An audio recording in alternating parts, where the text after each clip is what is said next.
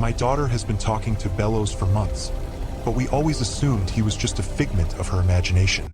Then, a massive storm hit, and while the wind was howling, we heard a heavy thud against the front door. We opened it to find a soaked, hand-wrapped package addressed specifically to her, but there wasn't a single footprint in the mud. If that opening sent a shiver down your spine, do me a huge favor and smash that like button right now.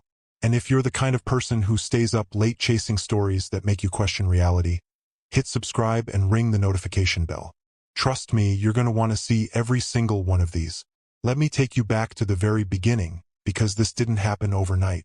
It unfolded slowly, the way true strangeness always does, creeping in so quietly you almost miss it until it's too late. Our home is an old Victorian farmhouse on the windswept edge of the Kansas prairie, built in 1897 by my great-grandfather. The kind of place where the walls settle at night with deep groans, where dust motes dance in shafts of afternoon light like tiny ghosts, and where the wind across the open fields carries echoes that sound almost like voices. Lily was 7 the first time she mentioned him. It was a sweltering August evening in 2022.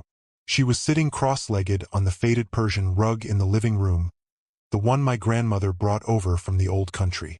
Her chestnut curls fell across her face as she looked up at me with those serious hazel eyes and said, "Mommy, Bellows says tomorrow's going to be really rainy, like buckets and buckets."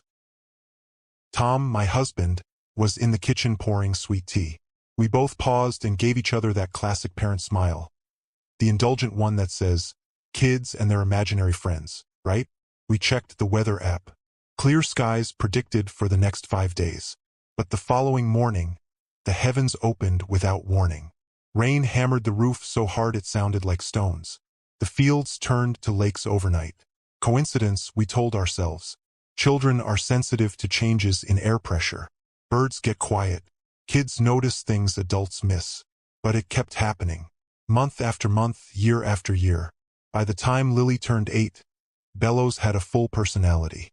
"He's really tall," she'd say while eating cereal, with shoulders like the oak tree out back. "His voice is deep and scratchy, like when Daddy walks on gravel in the driveway. And his eyes, they're gray-blue, like storm clouds right before they explode. He lived in the spaces between the walls," she explained patiently, as if it were the most obvious thing in the world. "He knew the weather better than any forecaster. Bellows says the wind will swing west by noon and bring hail the size of marbles. We'd wake to dented car hoods. Bellows says hold off on the garden. The last frost is coming back sneaky." Sure enough, tender tomato seedlings would blacken overnight. Tom started joking that we should mail Bellows a check. I laughed along on the surface, but privately I began watching Lily more closely. She stopped asking for playdates. She no longer played with her dolls or stuffed animals.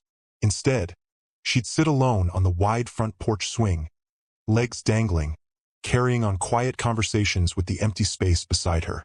"He's lonely," she told me once when I asked why she spent so much time with him. "He's been here since the house was new. He says the prairie gets loud sometimes, and he hides until someone listens." Tom joined us, holding his phone up with live storm chaser footage. The video was mesmerizing and terrifying.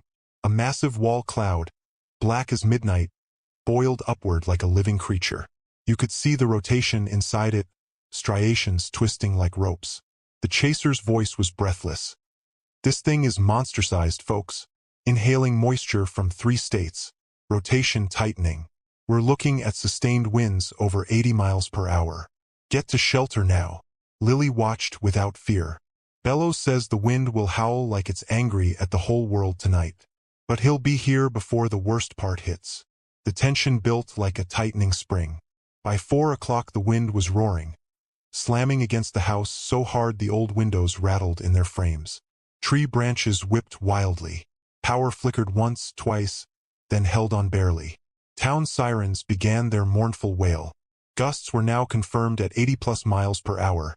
Straight-line winds tearing across the fields, flinging branches and debris like missiles. Rain arrived sideways, hammering the roof like machine gun fire. No rational human being would be outside in that. Yet Lily sat peacefully on the living room couch, legs tucked beneath her, whispering toward the empty cushion beside her. "He's very close now. The package will be safe," he promised. If you're watching this alone in the dark, heart racing just a little, hit that like button and subscribe. We all need stories that remind us the world is stranger than we think. Then our doorbell camera triggered. The cheap wireless camera we'd installed after last year's porch thefts lit up on my phone. Tom and I crowded around the screen in the dim, flickering kitchen. The live feed showed our front porch under the motion-activated security light. Rain sheeting down in solid silver curtains, wind screaming through the eaves like 1,000 lost souls. The porch was completely empty. No delivery truck. No neighbor crazy enough to brave the gale. No person at all. But the motion sensor had activated anyway. A tall, blurred shadow appeared at the far edge of the frame. Indistinct, almost like a smudge of rain and darkness given human shape. It moved with deliberate purpose, bending low despite the hurricane-force gusts. Something heavy and rectangular dropped onto the welcome mat with a solid thud we actually heard echoing through the house over the storm's roar. The shadow straightened, lingered for half a second, then simply dissolved, melting back into the howling rain. No retreating footsteps. No lights from a vehicle on the empty country road visible in the background. Just the package, already darkening with water, sitting alone on the boards. "Impossible," Tom breathed, his face ghostly white. That wind would knock a grown man off his feet and roll him like a tumbleweed. We stood frozen for maybe 10 seconds, arguing in hushed, frantic voices. "Stay inside. It's dangerous." "But what if it's important?" Parental instinct won. I yanked on my raincoat, Tom grabbed the heavy mag light, and we fought the front door open. The wind nearly ripped it from my hands, roaring in like a wild animal trying to get inside. Rain stung my face like needles. I lunged onto the porch, snatched the heavy, sodden bundle and scrambled back. We slammed the door shut, chests heaving, clothes dripping on the foyer tiles. The package was heavier than expected. Wrapped in thick, hand-cut parchment the color of aged bone. Tied with rough, natural twine that had gone black with water. Scrawled across the top in elegant, faded ink. For Lily Eleanor Harper. From Bellows. Do not open until the wind quiets. Lily appeared at the top of the stairs, perfectly dry, perfectly calm, a small smile on her face. "Told you he would come. It's a thank you gift for the secret I shared with him." Like and subscribe if your jaw just dropped. Comment Bellows below if you're hooked. We retreated to the kitchen table as the storm continued its assault outside. I gently toweled off the bundle while Tom replayed the doorbell footage over and over. Still nothing but that blurred shadow and the impossible delivery. Lily didn't wait for permission. She untied the twine with careful little fingers and peeled back the ancient-looking parchment. Inside lay 2 objects. A heavy, ornate iron key, long-shafted, with a looped handle and tiny etched symbols, and a black and white photograph dated 1926. The photo showed our exact house, but younger. Bare dirt yard. A Model T Ford parked proudly out front, the porch columns freshly painted. On the back, in the same faded ink, an X had been carefully marked over what looked like a specific floorboard in the cellar. The iron key's etching matched the X perfectly. Power failed completely minutes later. With the lantern casting long, dancing shadows, we descended the creaky wooden stairs into the damp, cobwebbed cellar that smelled of earth, rust, and forgotten time. Lily led the way like she had walked this path in dreams. We found the exact board. The key slid in with a satisfying click. The board lifted. Beneath it, protected by oilcloth, was a thick bundle of yellowed letters tied with the same twine. Each envelope addressed in spidery handwriting to Miss Eleanor Harper, my daughter's exact middle name. We carried everything upstairs as the wind finally began to ease.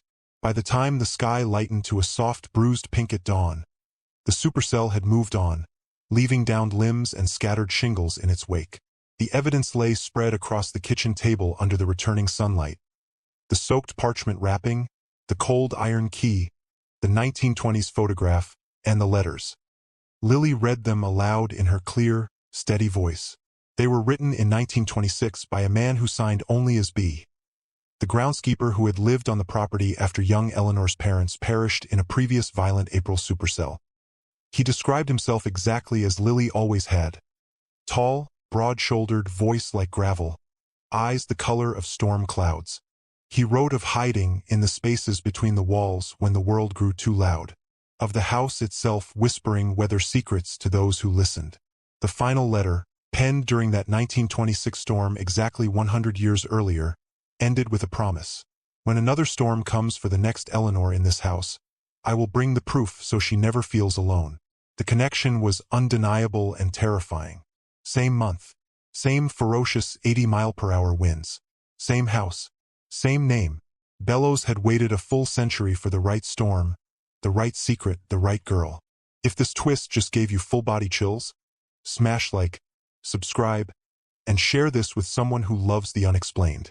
As the sun rose higher, painting the kitchen in warm gold, I sat across from Lily with my notebook, the way I used to do for school interviews. The physical proof rested between us like sacred, impossible relics. Tell me about your very last conversation with him, I asked softly, voice barely holding steady. Right before he delivered the package. Lily gazed out the window at the clearing sky and the rainbow forming over the prairie. He said this was his final storm. He'd waited 100 years for another Eleanor who would trust him with a real secret. I told him how sometimes I feel the walls listening, how the house remembers things from long ago. He smiled, his eyes stormy and kind, and said that was enough. The wind will carry me home now, little one, but you'll never be alone. Then he said goodbye. Tom and I sat in heavy silence. The blurred shadow on the doorbell footage, the complete absence of footprints in the mud, the paper trail stretching across a century, now resting on our kitchen table in plain morning light. So here's the question I can't stop turning over in my mind, and I want you to answer it honestly. What if the imaginary friends our children talk to aren't imaginary at all? What if they're real enough, patient enough, and tied deeply enough to a place to cross decades when the conditions are finally right, leaving behind physical proof that blurs the line between make-believe and documented truth forever? If this story is living rent-free in your head now, like the video, subscribe for more, comment your thoughts below, and tell me, would you open the package, or would you run? See you in the next one. Stay curious, stay safe, and keep listening to the wind.